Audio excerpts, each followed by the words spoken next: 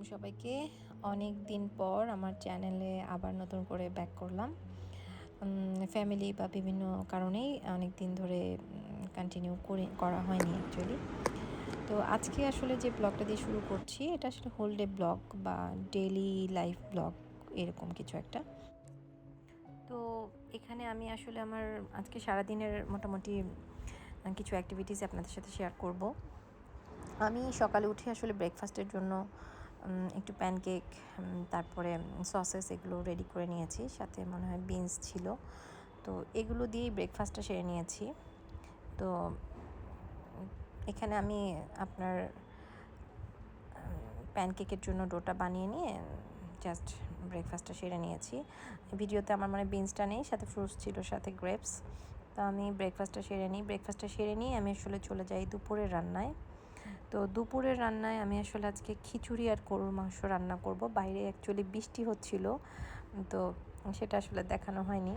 তো আমি এখানে প্রথমে পেঁয়াজটাকে ভেজে নিয়েছি। পেঁয়াজটাকে ভেজে নেওয়ার পরে একটু আদা রসুন দিয়ে সেটাকেও এর সাথে ভেজে নিয়েছি ভালো করে, যাতে কাঁচা গন্ধটা না থাকে আপনার আদা রসুনের।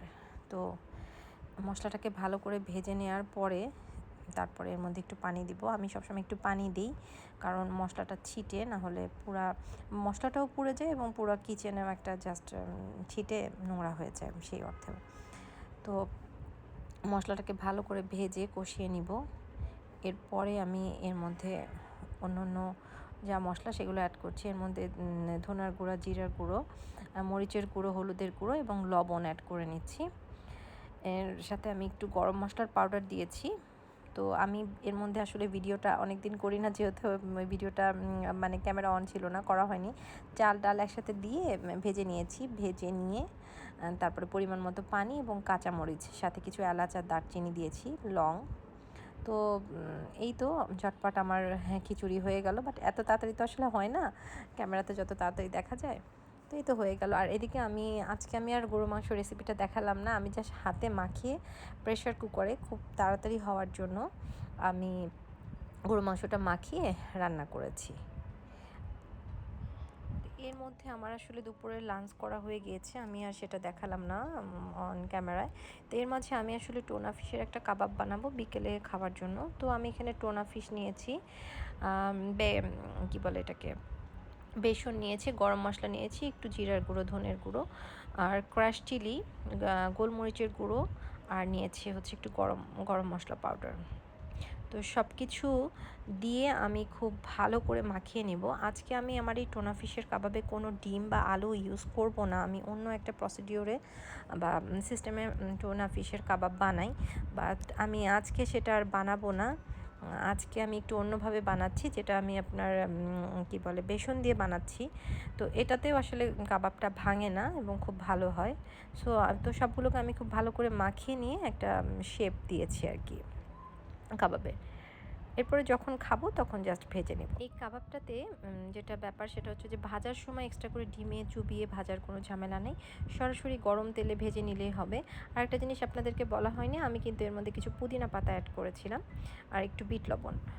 এটা ছিল আমাদের বিকালের নাস্তা। বিকালের নাস্তা করার পরে আমি অ্যাকচুয়ালি একটু শপিংয়ে গিয়েছিলাম। শপিংয়ে গিয়ে আমি কিছু জিনিস কিনে এনেছিলাম ঘরের জন্য। সেটা ঘরের জন্য ঘরের কিছু বিছানার চাদর, কিছু কিছু কুইল্ট কাভার, আর হচ্ছে কিছু কুশন কাভার।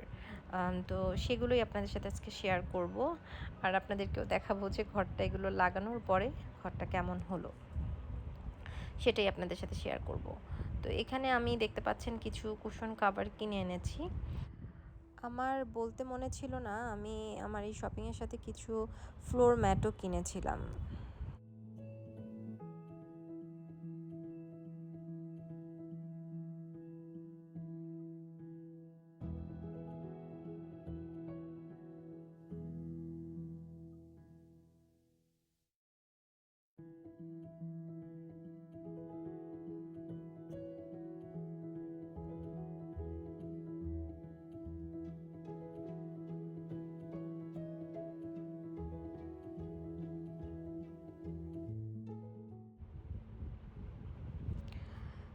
তো আমি আসলে কুশন কাভারগুলো, আমি যে কুশনও কিনে এনেছি কিছু নতুন, সেগুলোর ভিতরে লাগাচ্ছি এবং আমার এটা বেসিক্যালি আমার বেডরুমের জন্য। তো বেডরুমে আমি এখন এগুলো আর কি লাগাবো, সবগুলো কুশন কাভারগুলো লাগিয়ে নিয়ে ওই ঘরে যেয়ে এখন আমি আপনার চাদর চেঞ্জ করব।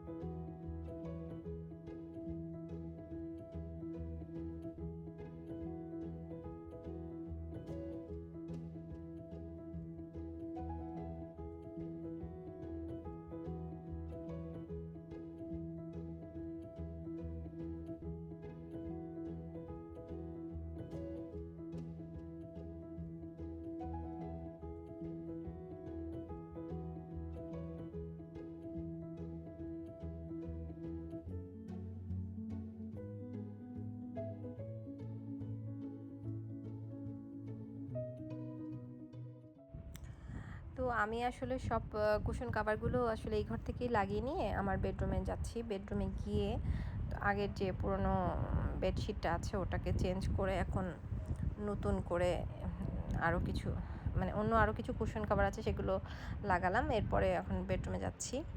বেডরুমে গিয়ে যে পুরনো বেডশিটটা আছে সেটাকে চেঞ্জ করে এখন নতুন করে কাভার লাগাবো আর কি।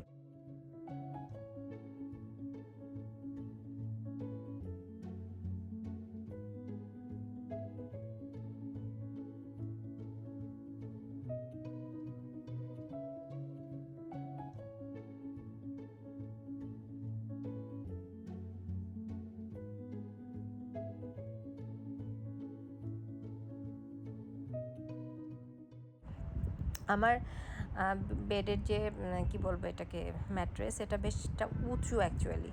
দ্যাটস ওয়াই আমার অনেক চাদরগুলোই দেখা যায় যে লেন্থ ওয়াইজ ইয়েটা কিছুটা ফাঁকা থাকে, ম্যাট্রেসের কিছুটা ফাঁকা থাকে। এই হলো ব্যাপার। আমি চেষ্টা করেছি এবারের কিছু নতুন চাদর আবার ফিটেড বানাতে দিয়ে এসেছি। তো ওগুলোর লেন্থটা আমি বলে একটু বাড়িয়ে বানাতে বলে এসেছি আর কি। তো এই হলো আমার চাদরটা সেট করেছি আমি। আমার বিছানায় যেহেতু ফিটেড চাদর, তো ফিটেড চাদরগুলো যেটা হয় যে লাগানোর সময় একটু ঝামেলা হয়, বাট লাগাইয়ে ফেললে বেশ সেট থাকে সুন্দর মতো। তো আমি আজকে এই চাদরটাই নিয়ে এসেছি। এটা কটন আর আমার একটু লাইট প্রিন্টই পছন্দ, সেজন্য আমি একটু লাইট টাইপই নিয়েছি। তো এই সেম চাদরই আমি অ্যাকচুয়ালি দুটো নিয়েছি। একটা আমার ছেলের রুমের থিমের সাথে গ্রিনটা যায়, তো ওরটা একটু কি বলবো একটু গ্রিনিশ টাইপের, আমার এই বেডরুমের জন্য একটু ব্লুইশ বা অ্যাশ টাইপের যেটা সেটা নিয়েছি। তো আমি এখন বালিশের কাভারগুলো সব লাগিয়ে নিয়েছি। আর আমার কুশন কাভারগুলো আমার বুয়ো নিয়ে এসে যেটা করেছে, যেগুলো লাগিয়েছি ফ্লোরের ভিতরে, বলছে ফ্লোর ক্লিন আছে ফ্লোরেই রেখে দিই। তো এই তো তারপরে আমি এখন বিছানাটাকে ঠিক করছি, বালিশের কাভারগুলোকে সব লাগিয়ে নিচ্ছি।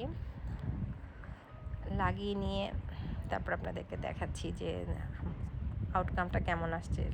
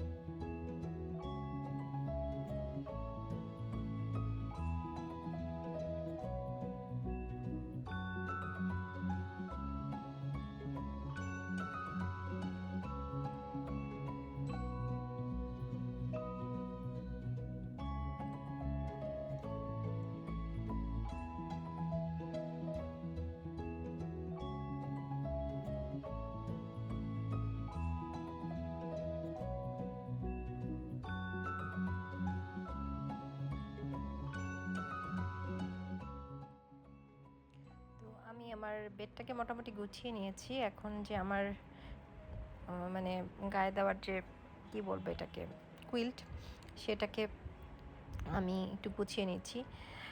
এটার কালারটা আমার খুব পছন্দ, হোয়াইট, বাট মেনটেন করাটা একটু ডিফিকাল্ট, কারণ আমার বাসায় যেহেতু ছোট বাচ্চা আছে একটু মেনটেন করাটা কষ্ট। বাট আমার আসলে হোয়াইট খুব ভালো লাগে, এই কারণেই আমি আসলে হোয়াইটটা ইউজ করি। আর আমার কাছে মনে হলো যে আমার এই বেডের সাথেও আজকে মানে এই বিছানার চাদরের সাথে এটা ভালো যাবে আর কি। দ্যাটস ওয়াই এটাই ইউজ করছি। অন্যান্য কুইল্ট আছে, সেগুলো ইউজ করি, বাট এটার সাথে আমার মনে হয়েছে এটাই ভালো লাগবে।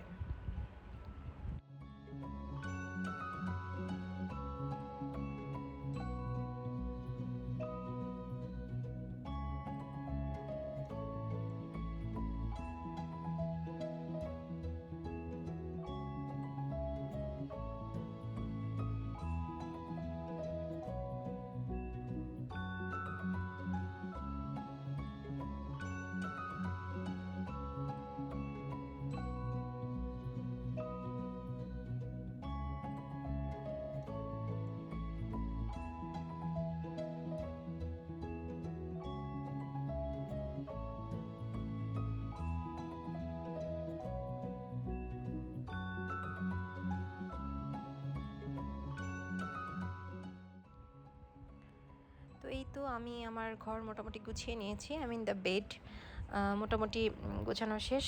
এরপরেই আমার ছোট ছেলের রুমটাও একটু গুছিয়ে নিলাম। আজকে আমি ওর রুমের কুশন কাভারগুলো কিনেছি, ব্ল্যাকগুলো আগেরই ছিল, বাট ছোটো দুটো আমি আজকে কিনেছি।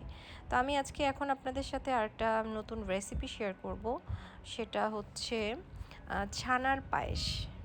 তো ছানার পায়েসটা বানানোর জন্য প্রথমে আমাকে একটু 1 লিটার আমি এখানে দুধ জ্বালিয়ে নিয়েছি, সেটাতে কিছুটা ভিনেগার অ্যাড করে আমি ছানা বানিয়ে নিয়েছি। দেখতেই পাচ্ছেন ছানাটা অলরেডি হয়ে গেছে। তো এটাকে আমি এখন পানি ঝরিয়ে নিব। পানি ঝরিয়ে নিয়ে তারপর খুব ভালো করে ধুয়ে নিব, যাতে করে ভিনেগারটা না থাকে। ধুয়ে একটু পানি ঝরাতে দিব। এরপরে আমি আরেকটা পাত্রে কিছুটা আই মিন এখানেও আমি 1 লিটারের মতো দুধ দিয়েছি। দুধটাকে জাল দিয়ে ঘন করব, এবং দুধটা যখন অনেকটাই কমে আসবে সেই পর্যায়ে আমি এর ভিতরে কনডেন্স মিল্ক অ্যাড করব। কনডেন্স মিল্ক এবং চিনি অ্যাড করব। আমি এখানে প্রায় হাফ কাপের একটু বেশি চিনি অ্যাড করেছি, বাট এটা মানে চিনিটা টোটালি ডিপেন্ড করে আপনাদের টেস্টের উপরে। আমি মাঝারি চিনি খেতে পছন্দ করি, তাই আমি 5 চামচ বা হাফ কাপের একটু বেশি চিনি দিয়েছি আর কি। তো চিনি দিয়ে নাড়াচাড়া করার পরে এটাতে হচ্ছে খুব ভালো করে জ্বালাতে হবে। তারপরে এর মধ্যে কনডেন্স মিল্ক কিছুটা অ্যাড করতে হবে। তো এই পর্যায়ে কনডেন্স মিল্ক অ্যাড করার পরে দুধটাকে খুব ভালো করে ঘন করে জাল দিয়ে নিতে হবে।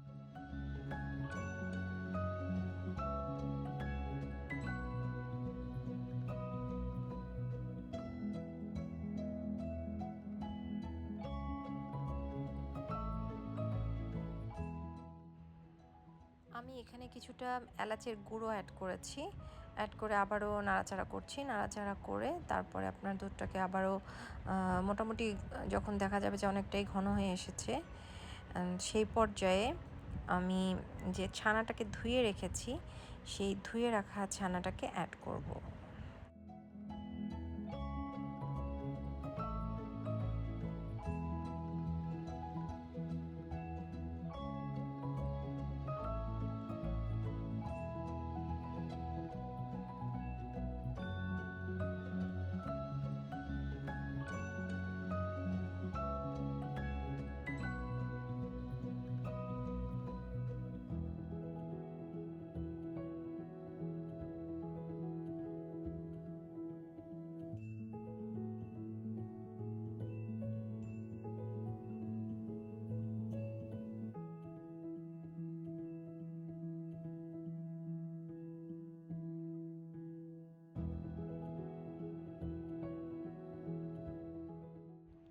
আমার আই মিন দুধটা অনেকটাই ঘন হয়ে এসেছে, তো আমি আসলে এই পর্যায়ে ধুয়ে রাখা ছানাটাকে অ্যাড করে দিলাম। তো ছানাটা দেওয়ার পরে আরও কিছুক্ষণ জাল দিতে হবে। জাল দিয়ে এটা মোটামুটি যখন খুব একটা ঘন না, আমরা পায়েস বা ক্ষীর তো একটু জমে যায়, তার চেয়ে একটু দুধ থাকবে, তখন আমরা এটাকে নামাবো। এটা খেতে অনেক মজা হয়, আপনারা একবার ট্রাই করে দেখতে পারেন।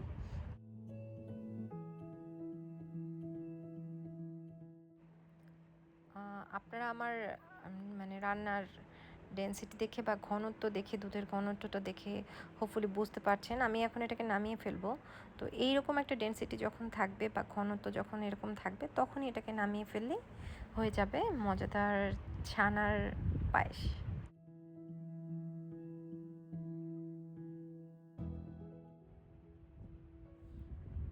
তো এটাই হলো আমার ফাইনাল লুক আর কি, ছানার পায়েসের। আশা করি আপনাদের কাছে রেসিপিটি ভালো লাগবে, এবং আশা করি আজকের ব্লগটি আপনাদের ভালো লেগেছে বা ভালো লাগবে। Thanks for watching.